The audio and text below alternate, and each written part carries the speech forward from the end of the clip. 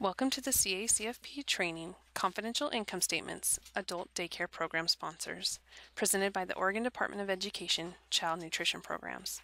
This training will focus on confidential income statements for adult daycare programs. The objectives for this training are to review the purpose of the confidential income statements and how it pertains to your adult daycare program, review the different types of eligibility, assisting participants in completing a CIS, reviewing a submitted CIS form for completeness, how to approve a CIS, and review common errors that result in fiscal action and result in administrative review findings. This session is an overview of the CACFP Policy and Procedure Manual for Center-Based Sponsors, Chapter 3 titled Eligibility Determinations, and Chapter 21 titled Adult Daycare, Section B, Eligibility Criteria, Confidential Income Statements for Adult Participants.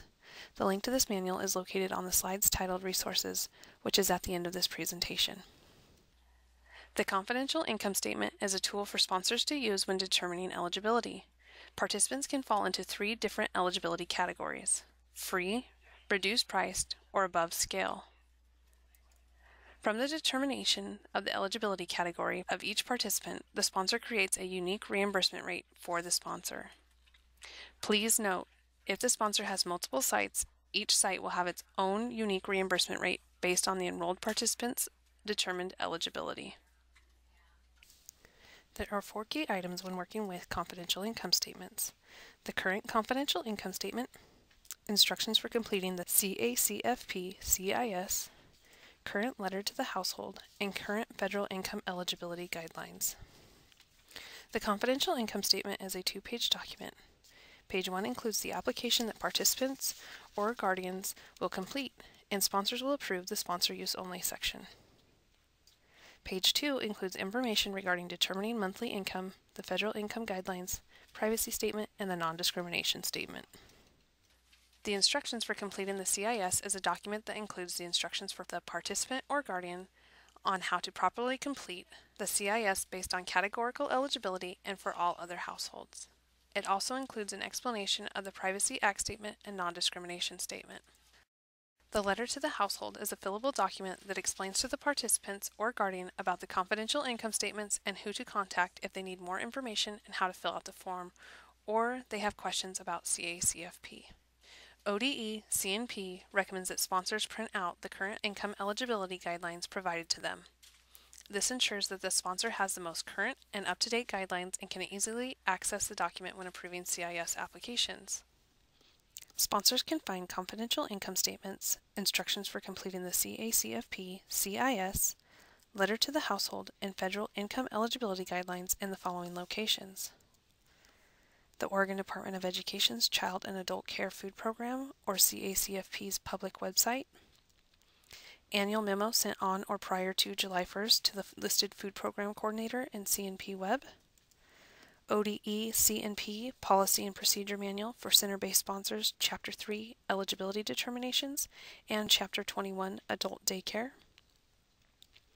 ODE CNP has these documents available in English, Spanish, Chinese, Russian, and Vietnamese on the ODE CNP CACFP's public website. For all other translations, please visit the USDA's Food and Nutrition Services website. For links to these resources, please see the slide titled Resources at the end of this presentation.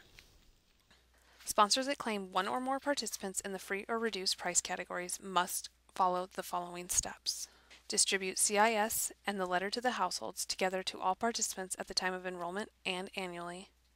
For annual renewal, sponsors may determine the schedule for distributing the new CIS and letters to the household that best suits their operation.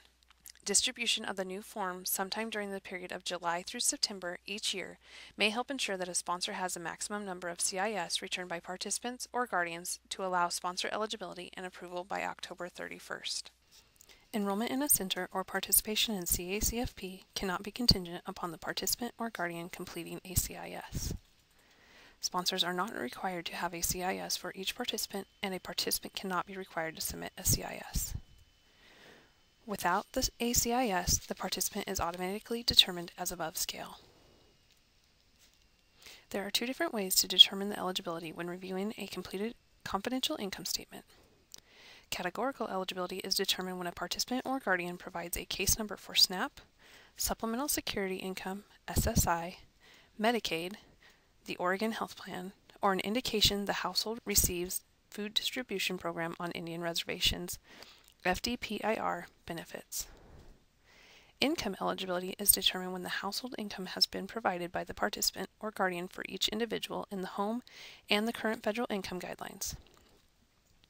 Please note, only the income of the participant's spouse, and dependent children who reside with the participant may be included. In lieu of a current signed CIS form, the sponsor may establish the adult participant's categorical free eligibility based on information documented on the participant's center enrollment form when the following condition is met. A legitimate benefit number from the programs listed in the categorical eligibility list must be documented on the enrollment form, and the enrollment form must be dated and signed by the participant or the participant's guardian. When requesting participants to complete confidential income statements, it is beneficial to discuss the areas that are required for the participant to complete. When completing the CIS, the participant or the participant's guardian will complete Part 1, Participant Information for the adult enrolled in the center. If the participant does not have an income, they will check the box, Check if no income. If the enrolled participant receives SNAP, FDPIR, SSI, or Medicaid, the Oregon Health Plan, Section 2 will be completed.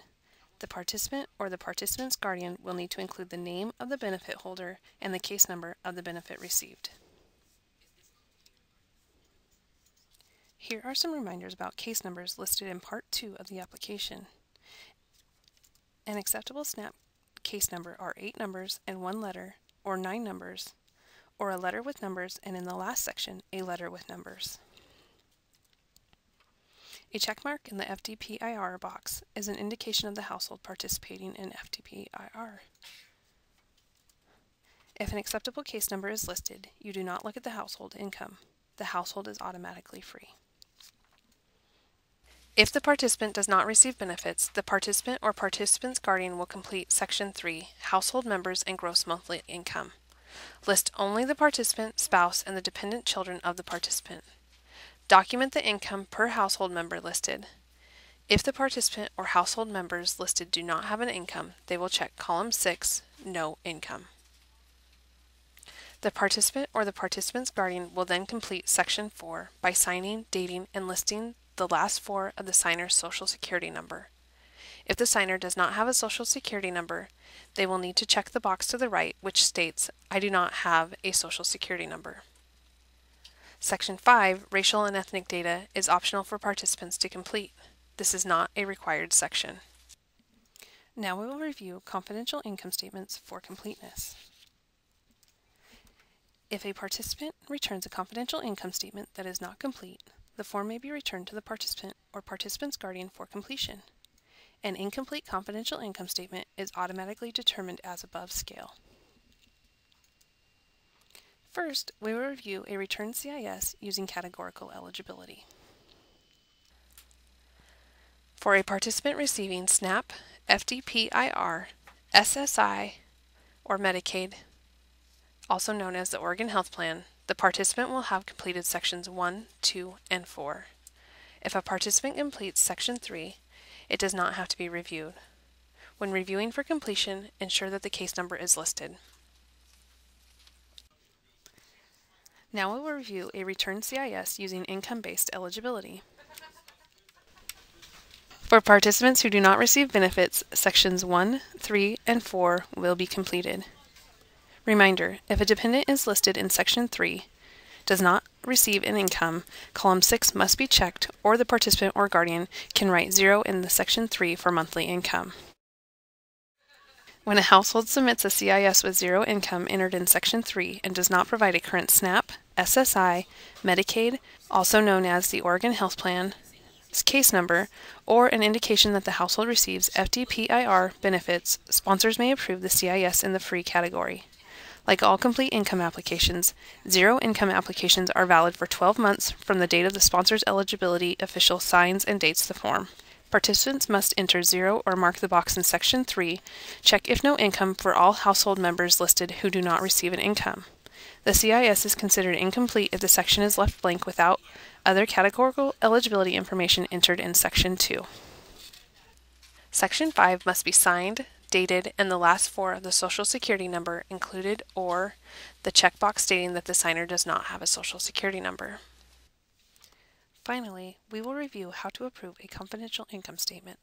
We will approve both a categorical eligible CIS as well as an income-based CIS. When approving confidential income statements, keep in mind only complete CIS forms can be approved as free and reduced price eligible. If a section is missing pertinent information, then the form is determined as above scale.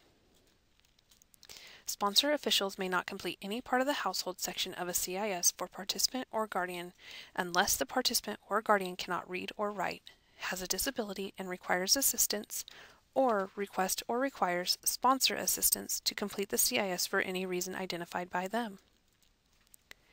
Have on hand the current federal income eligibility guidelines for CIS forms that are qualifying based on income. ODE CNP highly recommends the sponsor to have an employee as a second check for all approved CIS forms. Sponsors have the flexibility concerning the effective date of certification for program benefits. The date used to make this determination may be either the date the participant or guardian signed the confidential income statement, or the date on which sponsor officials sign the confidential income statement to certify eligibility of the participant. The flexibility only applies to eligibility determinations made through the application process of complete applications containing all required information at the time of submission. Sponsors must decide which date they will rely on as an effective date and apply this date to all confidential income statements. Please note, if the date of the adult household member or applicant's guardian is not within the month of certification or the immediately preceding month, the effective date must be the date of certification. For more information regarding the income eligibility determinations, please refer to the ODE CNP Guidance on Income Eligibility Determinations and Duration, reissued on April 7, 2014. This memo is available on ODE CNP CACFP website, as well as the CACFP Policy and Procedure Manual for Center-Based Sponsors. The sponsor use section of the CIS form is to be completed by the sponsor's determining official. Once the application has been reviewed for completeness, the determining official will then approve the application based on the identified eligibility type. In the sponsor use section of the CIS is where the determining official will make the eligibility determination. First, let's look at a CIS that has been completed for categorical eligibility. The determining official has reviewed sections 1, 2, and 4 and has determined the form is complete. The sponsor determining official will now complete the sponsor use only section. First, they will determine the completed application as free based on the SNAP benefit number that was provided in section 2. Next, the determining official will sign and date the form. Next, we will look at a CIS that has been completed based on income. The sponsor's determining official has reviewed the form for completeness and has determined that the form is complete. To approve an application based on income, the sponsor's determining official will use the Federal Income Eligibility Guidelines and the income provided in Section 3, along with the number in the household to determine the eligibility of the participant.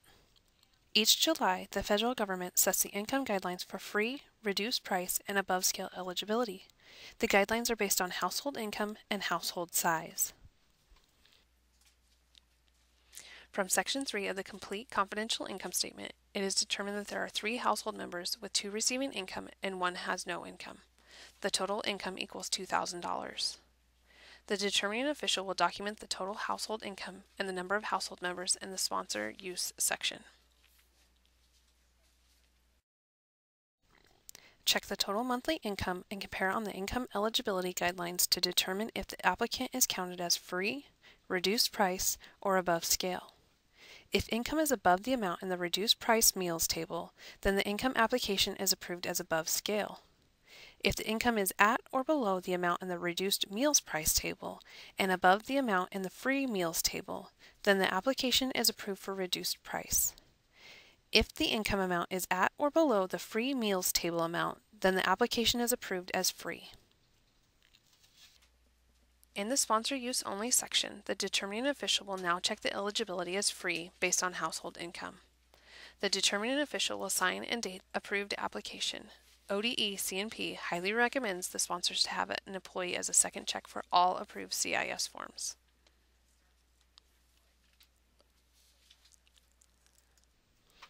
During announced and unannounced administrative reviews, ODE CNP staff will review CIS forms used to create the 1-month enrollment report for completion and accuracy.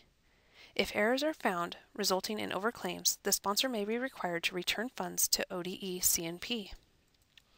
ODE CNP will classify participants as above scale when the following information is missing from the approved CIS on file: income information for households not receiving SNAP, SSI, Medicaid, the Oregon Health Plan, or FDPIR.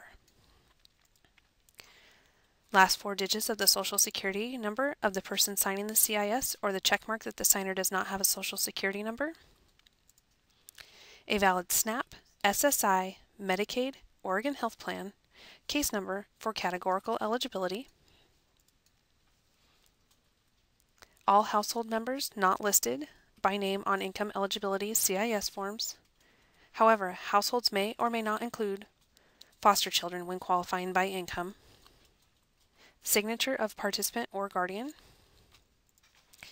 Date participant or guardian signed the form. During an administrative review, ODE CNP staff may find other errors that can result in an administrative review finding. Those include total income added incorrectly, number of household members added incorrectly, using an outdated form, possibly from a previous fiscal year,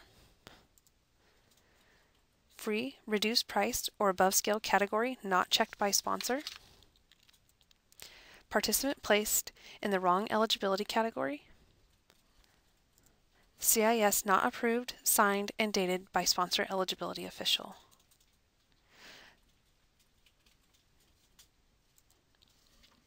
On this slide, we have listed some of the resources that have been referenced in this training. We have included more resources regarding confidential income statements on this slide. Thank you for participating in Confidential Income Statements for Adult Daycare Sponsors training for the Child and Adult Care Food Program. If you have any questions, please contact your assigned nutrition specialist. We greatly appreciate the work you do to fuel Oregon's future.